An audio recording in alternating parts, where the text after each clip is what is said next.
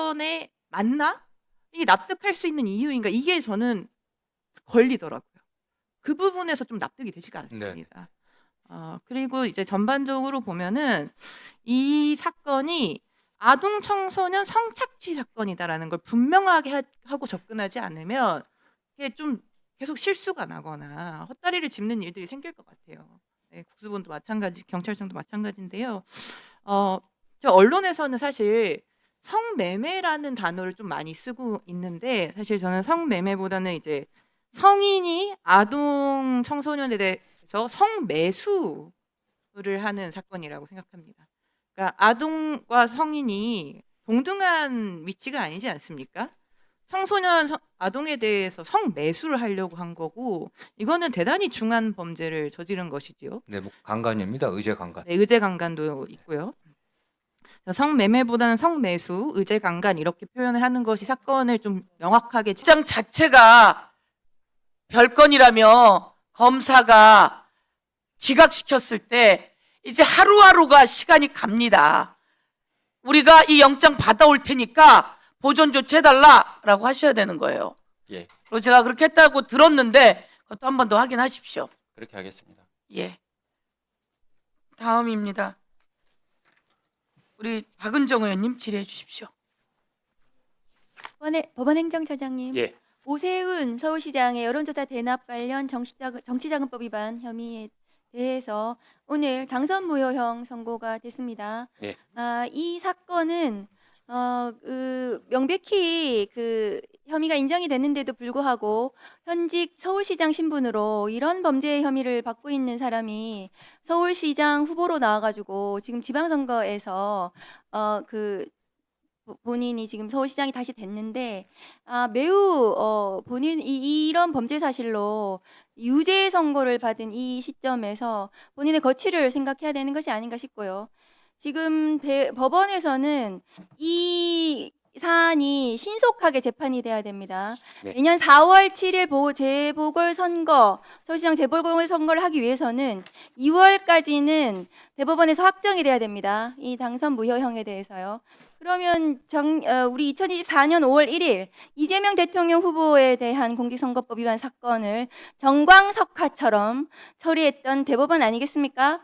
지금 행정처장님도 그 사건의 재판에 관여하셨잖아요. 예. 네, 그랬으니까 이 사건도, 오세훈 사건도 대법원까지 신속하게 빨리 처리될 수 있도록 해주시기 바랍니다. 그런데 대법관을 이렇게 제청 안 하고 계시면은 침대 재판을 계속해서 오세훈 이 시장이, 자격도 없는 시장이 계속 이 서울시장으로 계속 있어야 되는 거 아닙니까? 대법관 제청을 빨리 해주십시오. 예, 알겠습니다. 그럼 왜 그거를 지금 최대한 몇 달이 되었는데 제청을 하지 않는 이유가 무엇입니까? 제가 국민을 대리해서 묻습니다. 대법원의 직무유기입니다. 신속하게 제청하셔가지고 대법원 구성을 하셔야지 이 재판도 신속하게 할 수 있지 않겠습니까? 예, 대법관 제청 신속하게 이루어질 수 있도록 최대한 노력하겠습니다. 오늘 내일 중으로 하십시오. 하셔야 됩니다. 노력하겠습니다. 유승열 조정관님, 예, 기각사유 좀 띄워주세요. 이 사건, 최영중 사건 기각사유가 뭐냐 하면은요, 저렇게 되어 있습니다. 다른 피해자가 존재할지 여부를 현재로서는 확인된 것이 없다. 그래서 필요성을 인정할 수 없다. 제가 저런 통신영장 기각사유는 처음 봤어요. 제가 검사 24년 했거든요. 저 사건이 저런 통신영장 기각사유 보셨어요, 조정관님? 매우 이례적입니다. 매우 이례적입니다. 성착취, 아동 성착취, 13살짜리거든요. 이 13살짜리한테 어떤 짓을 저질렀는지 제가 보여드릴까요? 다음 거 보여주세요. 범죄 사실이 저렇게 돼요. 의제 강간, 성매매 권유, 성착취 목적 대화, 음행 강요 매개. 저 굉장히 중대한 범죄입니다. 지금이라도 빨리 구속을 시켜야 되는 범죄거든요. 그런데 지금 성착취 목적 대화, 저 수백 개의 대화 중에서 어떤 내용이 나와 있는가 하면은 제가 차마 입에 담기가 어려워요. 이 자리에서 말씀을 못 드려요. 지금 별건 피해자 가능성이 수두룩빽빽합니다. 그 착취 대화를 보면요. 이 사건의 수사를 어떻게 해야 되냐 하면은요. 저 통신영장은 그 성착취 대화 중에 카톡으로 아마 그것이 증거가 있을 텐데 그거와 통신 내역을 조회해가지고요 피해자를 특정하면 됩니다. 예. 그렇게 해서 피해자를 특정하려고 통신영장을 경찰이 신청했는데 피해자 특정이 지금 안 돼서 영장을 기각을 해요. 이게 본말이 전도된 거예요. 이 수사를 이렇게 하는 게 말이 됩니까? 추가 수사를 성착취 수사를 하기 위해서 아동 성착취 수사를 하기 위해서 피해자가 의심되는 정황 별건 피해자 수두룩 빽빽한 별건 피해자를 특정하기 위해서 통신 내역을 신청했는데 그러면은 카톡에 대화한 시점이 나올 것이고 통화 내역이 나오면 거기서 주고받은 그 시점의 통화 전화번호를 추적해 들어가면 피해자가 나오는 거거든요. 예. 그렇게 해가지고 성착취 수사를 하고 있어요. 경찰이 지금도 하고 있습니다. 그렇게 해야 성착취 수사가 되는 거지. 그러면 지금 저 피해자들이 가만히 있다가 저 최영중 시의원 나 피해 당했습니다. 아동들이 와가지고 고소합니까? 저 경찰서에 추가 피해자를 확인하기 위해서 그래야 영장을 또 해줍니까? 피해자가 왜 어떻게 그렇게 합니까? 수사를 하는지도 모르는데 아동인데 수사를 저렇게 해야 되는 게 너무 당연하고 저런 영장 기각은 없습니다. 예. 조 정관님 그렇죠? 예. 지금 검사의 저 영장 기각은 말도 안 되는 기각이에요. 저런 통신영장을 기각하는 검사 저런 검사가 무슨 피해자 인권을 얘기할 수 있습니까? 13살짜리 아동의 인권이에요. 저는 이 통신영장 기각을 이해할 수가 없어요. 이것은 수사를 방해한 거예요. 이 성착취 수사 피해자가 10명이 될지 20명이 될지 수백 명이 될지 알 수 없는 이 성착취 수사에 대해서 특히 아동이 될지 장애인이 될지 어떨지 알 수 없는 이 수사를 경찰이 하겠다는 것을 저 통신영장 기각으로 1분 더 드리세요. 네. 피해자가 저 카톡 대화 속에 나오는 피해자가 10명이 될지 20명이 될지 수백 명이 될지 알 수 없는 이 성착취 수사 경찰이 하려고 했던 이 수사를 검사가 통신영장을 기각함으로써 피해자 추적이 어려워요. 저것은 피해자가 갑자기 청주 경찰서 와가지고 나 피해 이 성착취 당했다고 신고를 할까요? 저렇게 수사하는 성착취 수사는 그렇게 진행이 되지 않거든요. 그렇지 않습니까, 조 정관님? 맞습니다. 매뉴얼대로 한 겁니다, 경찰은. 예. 그런데 검사가 저걸 영장을 기각했습니다. 그리고 그냥 통째로 기각했어요. 기간을 정한 것도 아니에요. 통신영장을. 이거는. 그러면 저 수사를 어떻게 합니까? 그런 검사가 피해자의 인권, 장애인의 인권, 범죄 피해자 인권 운운할 수 있습니까? 그런 검사에게 수사권을 줘야 됩니까? 이해할 수 없는 기각입니다. 법무부에서 철저하게 이 사건 경위를 예, 어떤 정경환 의원님 말씀하신 여러 사항들 잘 검토해갖고 이런 유형의 사건들이 이렇게 국민들로부터 신뢰받지 못하는 방식으로 전개되지 않도록 점검하고 또 관련된 수사의 어떤 지침들을 좀 만들도록 하겠습니다. 네. 예, 수고하셨습니다.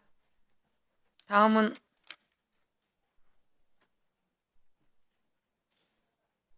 손소리 의원님, 예, 질의해 주십시오. 네. 법무부 장관님, 네네. 경찰청에서도 같이 들어주십시오. 제가 오늘 위원장님과 함께 청주지검 다녀왔습니다. 저 검사장님과 차장검사님과 이제 1시간 30분 정도 면담을 했는데요. 그 법무부에서 보고하신 내용 그대로 저희한테도 설명을 하셨는데 좀 자세히 설명하면서 제가 이제 통신영장 기각에서 납득이 되지 않았던 부분이 하나 있는데요. 이 제3의 피해자가 분명하지 않아서 기각했다 이렇게 설명을 하지 않습니까? 네, 그게 어떻게 된 거냐 이야기를 들어보니까 그 카톡 대화가 있다는 겁니다. 피의자가 피해자에게 카톡 대화를 하면서 다른 사람을 데려와라 이런 대화를 했다라는 거예요. 그게 한 대여섯 건 정도 영장이 있었다는 겁니다. 근데 다른 자료를 같이 보니까 피해자는 그런 피의자의 권유에 응하지 않았다. 피해자가 다른 사람을 데려가지 않았다. 그렇기 때문에 제3자가 없다. 그래서 통신영장을 기각했다. 이렇게 말을 한 거거든요. 근데 제가 봤을 때는 피해자가 다른 사람 안 데려간 거는 다행인 일이죠. 그래도. 그런데 이 피의자는 다른 사람을 찾고 있는 사람이잖아요. 다른 사람을 더 성매수를 하기 위해서 찾고 있다는 것이 그 채팅에서 저는 대단히 분명하게 확인된 것이라고 생각하거든요. 그렇다면 이 피해자가 아니라 이 피해자도 알지 못하는 그런 범죄가 있을 수 있는 거지 네, 않습니까? 그렇죠. 그리고 이 최영중 사건에서는 애초에 피해자 만난 게 채팅 어플 통해서 만난 거예요. 그러면 채팅 어플을 통해서 얼마나 많은 다른 피해자를 찾으려고 하다가 이 피해자를 만난 거지 않겠습니까? 최근에 발생하고 있는 이런 아동, 청소년 성매수 사건들은 이 채팅 어플을 통해서 많이 발생을 하고 있고, 이 채팅 어플은 그러니까 한 명을 표적해서 하는 게 아니라 막 뿌리는 거거든요. 가해자들이 막 뿌리다가 한 명 걸리면은 데리고 가는 거예요. 그런 식으로 범죄가 벌어지고 있는 것인데, 그런데 통신영장을 기각했을 때 피해자가 그 유인에 응하지 않았다는 이유로 통신영장을 기각하는 게 이 성착취 사건에 맞나? 이게 납득할 수 있는 이유인가? 이게 저는 걸리더라고요. 그 부분에서 좀 납득이 되지가 않습니다. 그리고 이제 전반적으로 보면은 이 사건이 아동 청소년 성착취 사건이다라는 걸 분명하게 하고 접근하지 않으면 이게 좀 계속 실수가 나거나 헛다리를 짚는 일들이 생길 것 같아요. 네, 국수본도 마찬가지, 경찰청도 마찬가지인데요. 저 언론에서는 사실 성매매라는 단어를 좀 많이 쓰고 있는데 사실 저는 성매매보다는 이제 성인이 아동 청소년에 대해서 성매수를 하는 사건이라고 생각합니다. 그러니까 아동과 성인이 동등한 위치가 아니지 않습니까? 청소년 아동에 대해서 성매수를 하려고 한 거고 이거는 대단히 중한 범죄를 저지른 것이지요. 네, 뭐 강간입니다. 의제 강간. 네, 의제 강간도 있고요. 성매매보다는 성매수, 의제 강간 이렇게 표현을 하는 것이 사건을 좀 명확하게 짚는 데 중요하다고 보고요.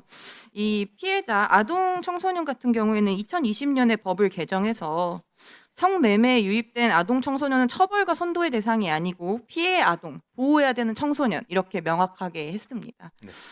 그래서 이번 사건에서 이 성착취, 의제 강간, 성매수라는 걸 분명하게 하면서 이런 사건의 경향 특징이 다수의 피해자가 존재할 수 있다는 것을 매우 염두에 두고 해야 되고 통신영장 바로 조금 더 돼야 된다고 보고요.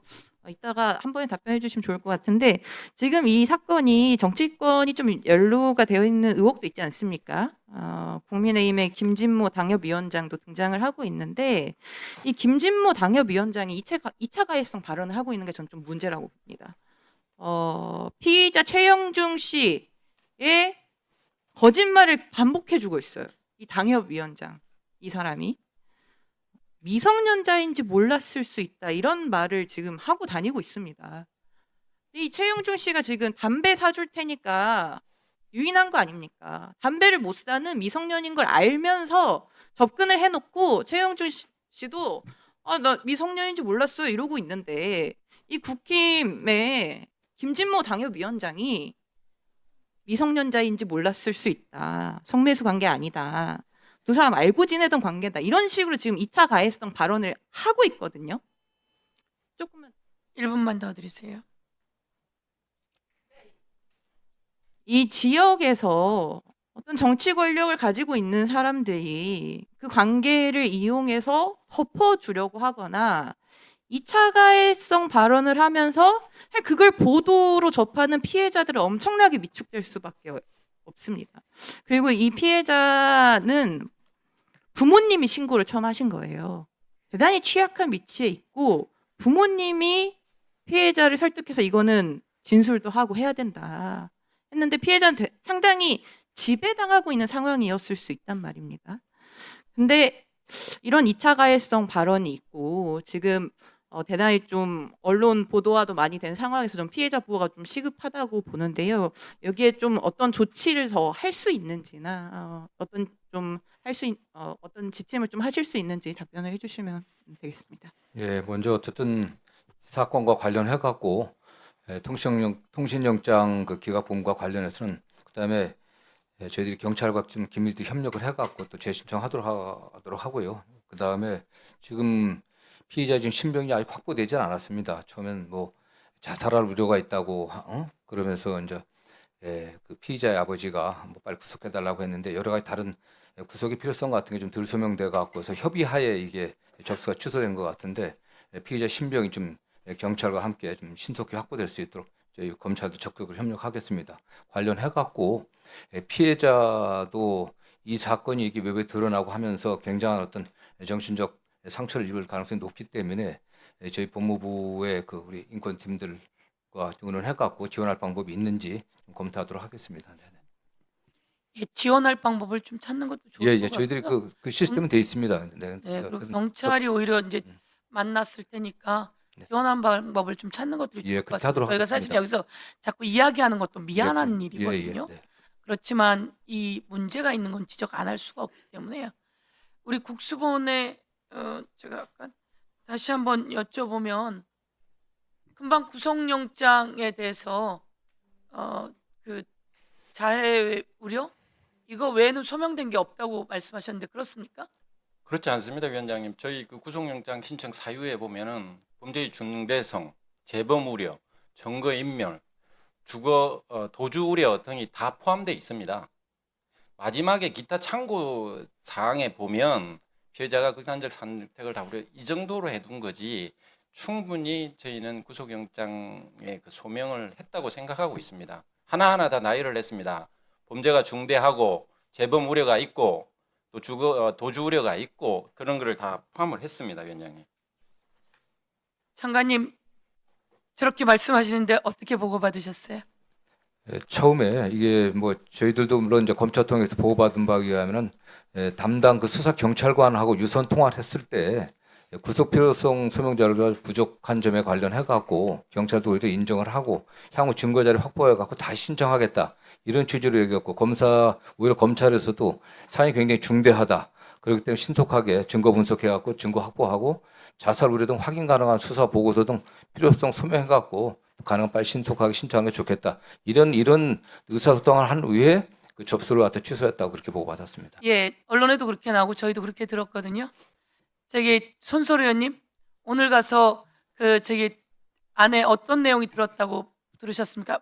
저기 잠깐만 저기 손소리 의원님 마이크 좀 주십시오. 저희가 구속영장 청구서에 어떤 내용이 들었다고 아까 가서 들으셨었죠? 네, 구속영장 청구서는 원래 하던 팀에서 신청한 것도 아니고 관련된 내용이 너무 없어서 발부 가능성이 낮다고 봤다 이렇게 말했습니다. 다른 내용이 너무 부족했다고 이야기했습니다. 저희가 들을 때 그렇게 들었습니다. 자살의 우려. 이거 처음에는 이 표지만 왔다고 들었습니다. 네네. 두 번째 금방 말씀하신 것처럼 저희가 같이 들었어요. 아무것도 없이 왔다. 두 번째는 그럴 리가 없는데 우리가 들은 게 있는데 그랬더니 자살의 우려, 자해의 우려 이게 있다. 그것만 달랑 있다는 겁니다. 한 줄. 근데 지금 말씀처럼 저희가 또다시 그 다음에 파악하니까 지금 국수본에서 말씀하신 것처럼 범죄 중대성, 증거인멸의 우려, 재범의 우려, 주거의 주소지의 불분명 등 거기에다 붙여는 자해의 우려 이런 부분이 같이 들어있다는 겁니다. 저희가 오늘 가서 듣고서는 달랑고 한 줄이 있다고만 계속 들었는데 그래서 저희가 그런가 하고 또 왔어요. 와서 보고 받고서는 그게 아니라는 걸 듣고 정말 너무 기가 막혔습니다. 그러한 정확하죠, 국수본 우리 맞습니다. 기획조정관입니다. 기획조정관님. 위원장님 말씀하신 그 부분들이 구속영장 신청서에 다 들어 있습니다. 심지어 피해자에 대한 위해 우려까지 들어 있습니다. 피해자에 대한 위해 우려가 가장 중요한 맞습니다. 피해자에 대한 위해 우려가 들어 있군요. 예. 그런데 이걸 구속영장이 부족하다고 하면서 통신 내역은 벌써 한번 기각을 당했고 그리고 그러면 언제 신청해 줄 거냐라고 말을 해도 답변을 안 해요. 그래서 그러면서 통신 내역이 별건의 사건이라 저희가 기각했습니다라고 말을 하니까 언론이 다 별건을 했나 보다 이렇게 생각하는 거 아닙니까? 아까 우리 박은정 의원님 얘기처럼 이런 사건에 다른 피해자를 특정할 수가 없어서 기각한다. 이게 그냥 그 말도 이해가 되시나요, 장관님? 이 사건은 기본적으로 통신 내역이 청구되어야 되는 사건이잖아요. 근데 그 압수한 이후에 그 압수영장 발부돼 갖고 압수한 거에 대한 분석 보고서가 지금 첨부돼 있지 않다는 저희들 보고를 받았고요. 그러고서 말씀한 것처럼 그런 것이 주장이 돼 있는 게 아니라 그렇게 자료에 의해서 증거 자료가 첨부돼 갖고 이렇게 입증돼야 되는 거 아니겠습니까? 그런 점에서 부족했다는 얘기입니다. 네. 그러니까 다시 그건 보시고요. 저희가 그 수사기록 전체를 보지 않는 상황에서 볼 수 없는 예. 상황에서 제가 말씀드릴 수는 없습니다. 그러니까 이제 저희가 그냥 상식적으로 아주 상식적으로 통신 내역은 무조건 발부되어야 된다. 그냥 상식적으로 이 상황에서요. 다른 피해자가 있을 것 같으면 더 발부되어야 된다. 다른 피해자가 있을 것 같은데 특정되지 않아서 못 발부해. 이게 아니라 다른 피해자가 있을 것 같으면 더 발부돼야 되고, 지금 이 상황은 인신을 구속해야 되는 상황이다. 말씀처럼 벌써야 되는 거 아니냐라고 나오는 것처럼. 그런데 다른 이유를 단다는 게 그냥 상식적으로 이해가 안 가고, 그러다 보니 확인을 했는데 더 이해가 안 가는 건 보고가 제대로 사실이 아닌 보고를 받고 있다. 이런 말씀을 좀 드리겠습니다. 그래서 한 번 더 체크해 봐 주시고요. 하여튼 뭐 사안이 보고의 너무 사실적으로는 저희가 중대하기 또 때문에. 확인하겠습니다. 네. 예. 예, 다음은 우리 김승원 의원님 먼저 하실까요? 아니면 김남희 의원님 하시겠습니까? 김남희 의원님 하시고 박균택 의원님 하시고 그렇게 하시고 난 다음에 김승원 의원님 하시겠습니까? 예, 김남희 의원님